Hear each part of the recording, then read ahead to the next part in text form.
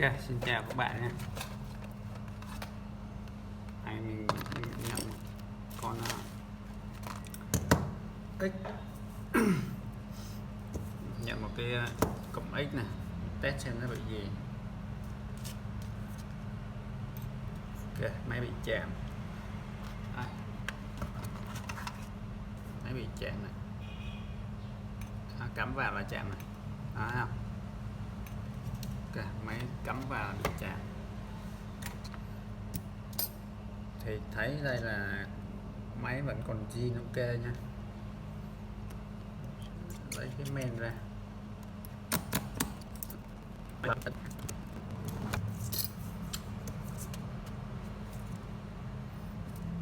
Ok, máy vẫn đẹp zin nha. Thì mình sẽ đo.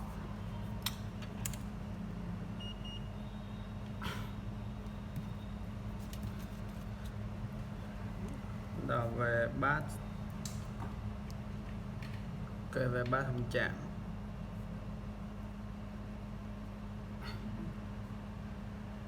Chạm mà VD main.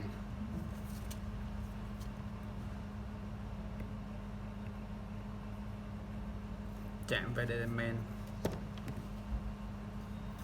Mình sẽ mở sơ đồ lên nha. Ok các bạn, mình mở sơ đồ lên nha. Thì nó bị chạm á. Thì mình sẽ đo cái về bát trước này. Đường chân pin vào này. Thì đường chân pin nó không bị chạm. Thì tiếp theo mình sẽ đó, đường chân pin nó không chạm thì mình sẽ đo VDD main. Thì nó bị chạm VDD main này. VDD main nó chạm. Thì cái đường này nó hay chạm mặt dưới. Đó, phải tách ra này. Cái mặt dưới phía dưới main á. Đó, thì mình phải tách ra. Mình tách ra xem, mình đo xem nó chạm ở mặt trên CPU hay là mặt dưới cái phần sóng cái này. Đó, thì mình dò theo nha. Ok, giờ mình sẽ tách main ra nha. Ok, sau khi xác định nó bị chạm á, ở mặt ở phía trong thì mình sẽ tách cái main ra. Sẽ dùng cái đáy nhiệt để mình tách.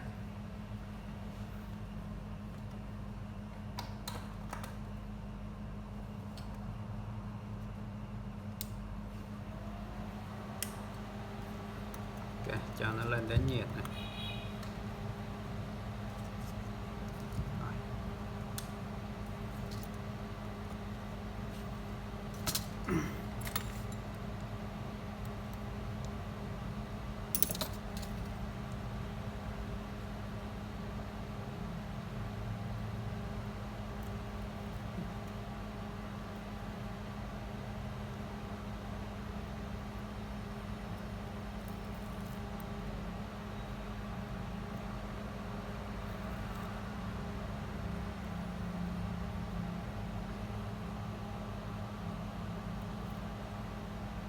Gỡ mấy cái ron bảo vệ nước ấy. Thì mấy cái ron đó nó sẽ, mấy cái miếng đệm nó sẽ hạn chế nước vào những cái chân socket đó, ngăn nếu mà nước vào main nó sẽ ngăn lại, thì nó hạn chế, nó sẽ tránh thêm chạm chập thì máy rất nước.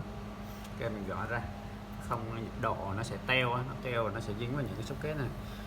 Đó, thì khi bạn gắn màn hình đồ nó sẽ nhiều khi nó dính vào nó sẽ không có ăn nữa. Bây giờ mình gỡ cái main ra đây.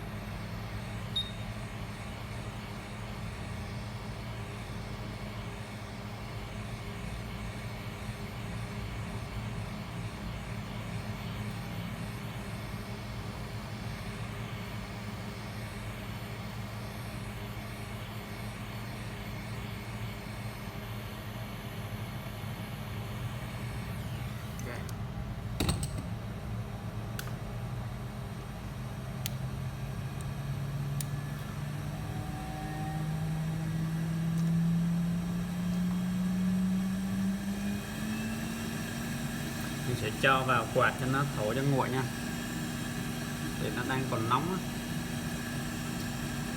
Sau đó mình sẽ làm tiếp.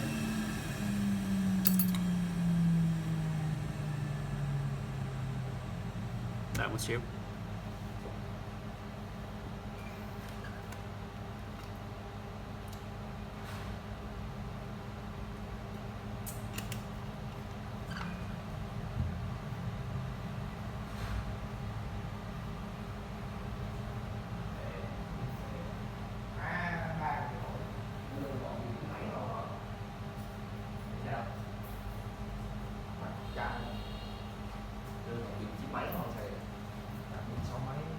Sáu mấy hả? Sao nó đây bên đây cho lầy vậy?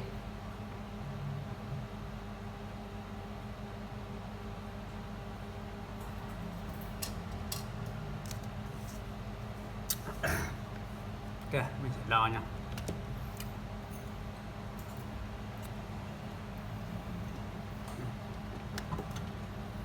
Để lấy cái đồng hồ xuống.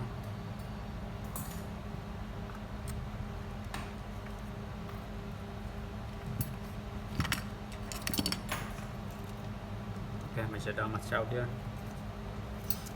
VDB main. Ok, VDB main bình thường là mặt sau này nó không bị chạm. Mình sẽ đo mặt trước lại nha. VDB main. Ok, VDB main chạm này. Về bát thì không chạm này đó, về bát ok. VDB main. VDB main. Thì mình xác định cái mặt nào chạm thì để ra mình làm, còn mặt này không có, mặt này ok thì mình để qua một bên nha. Rồi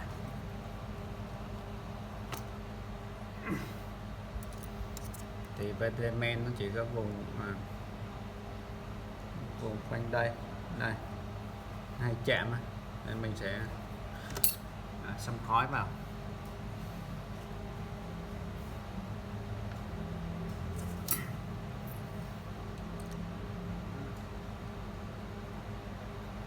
Xông khói vào.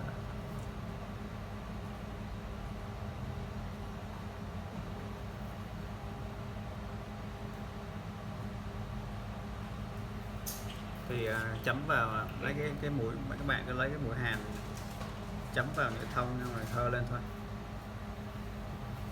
Đây gió quá nên mình phải che tay lại cho nó, không là nó thổi nó không có dính.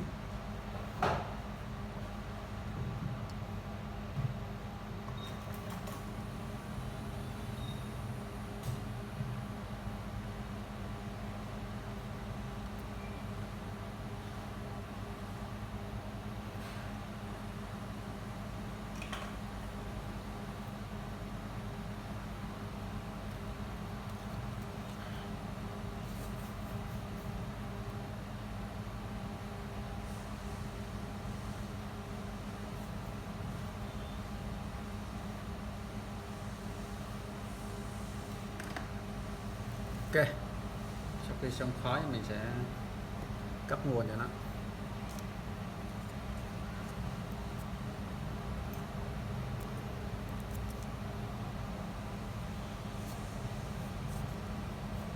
Nó đi của con này nhưng mà con này nó ngắt chứ nó không có chạm nha. Mình sẽ dò từ phía trên. Ok, đây trên này thủ phạm. Nếu mà nó không có những cái con nào mà nó lì á, nó không có ra luôn á, thì các bạn phải chích điện vào phía trên con này nha. Đây, con diode nè. Ok, sẽ gỡ con này ra, thủ phạm.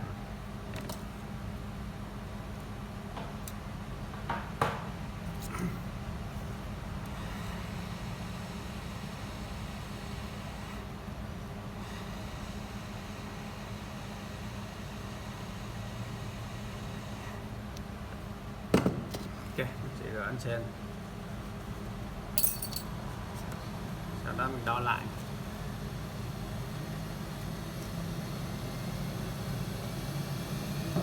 Các VDMan trở kháng lại, trở lại bình thường.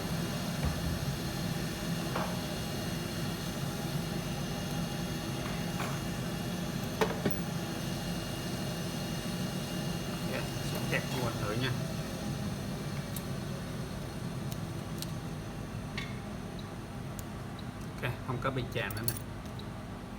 Mở nguồn.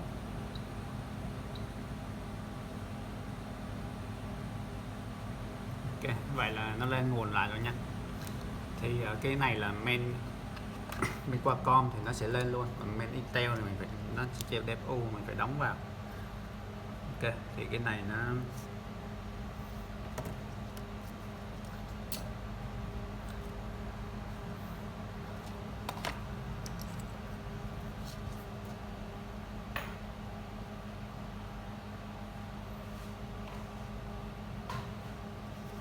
rồi.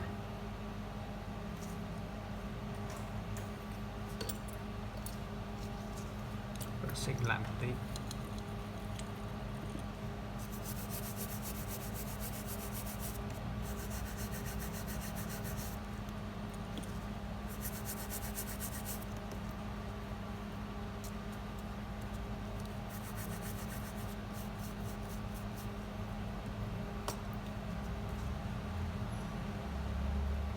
Ok,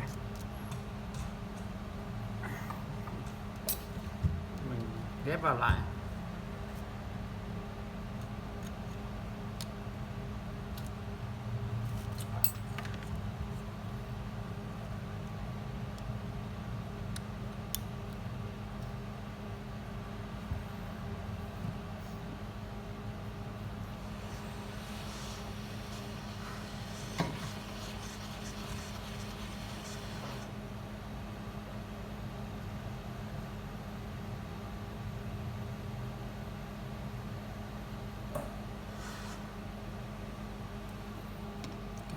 Vừa không cần cho nhiều quá.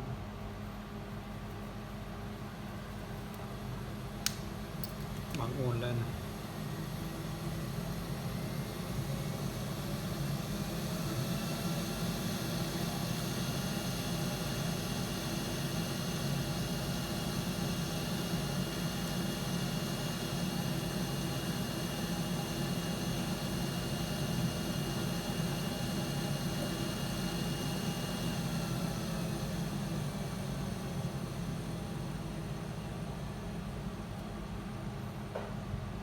Ok.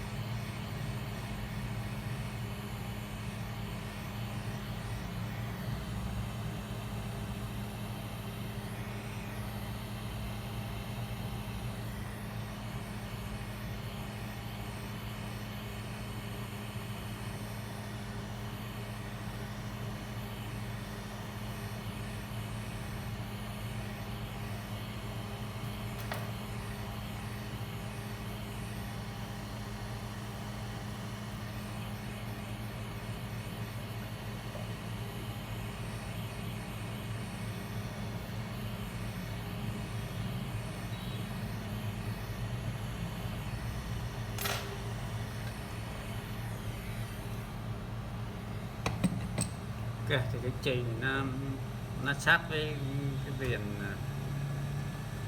nó vừa đủ quá nên là nó không sợ nó chạm nhé. Bạn ghép các bạn cứ đè nó xuống, khi mà nó chảy á.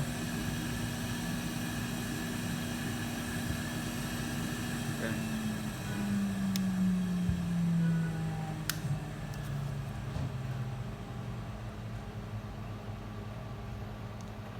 Để ra. Nào, đè nó xuống.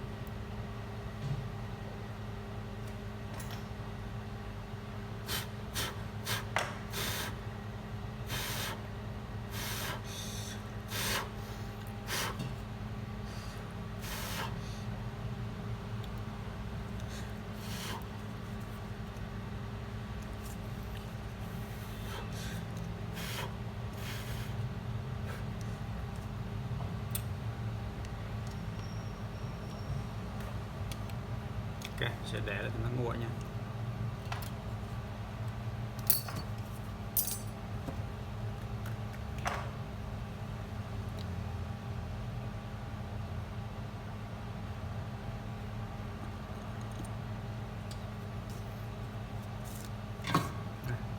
censor lại.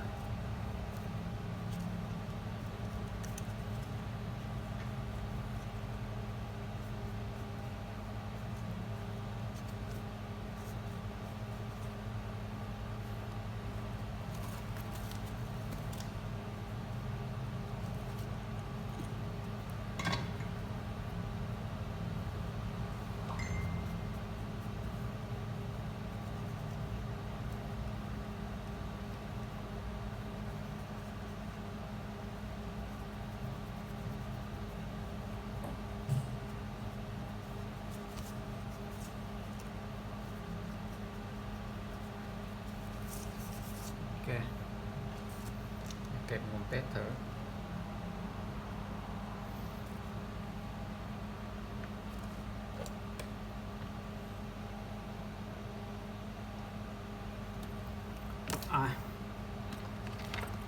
Sẽ bỏ vào sườn test thử nhé.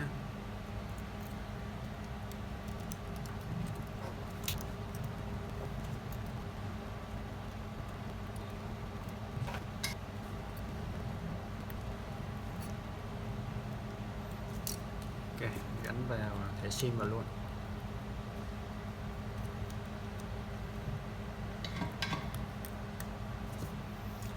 Sẽ mượn lấy một cái màn hình test đây.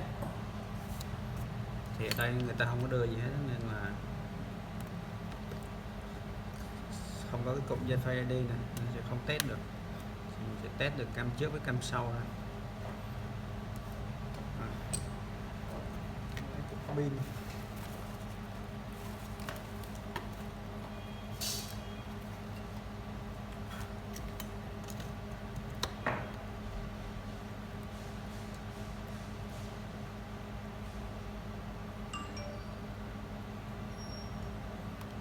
Ok, nó luôn.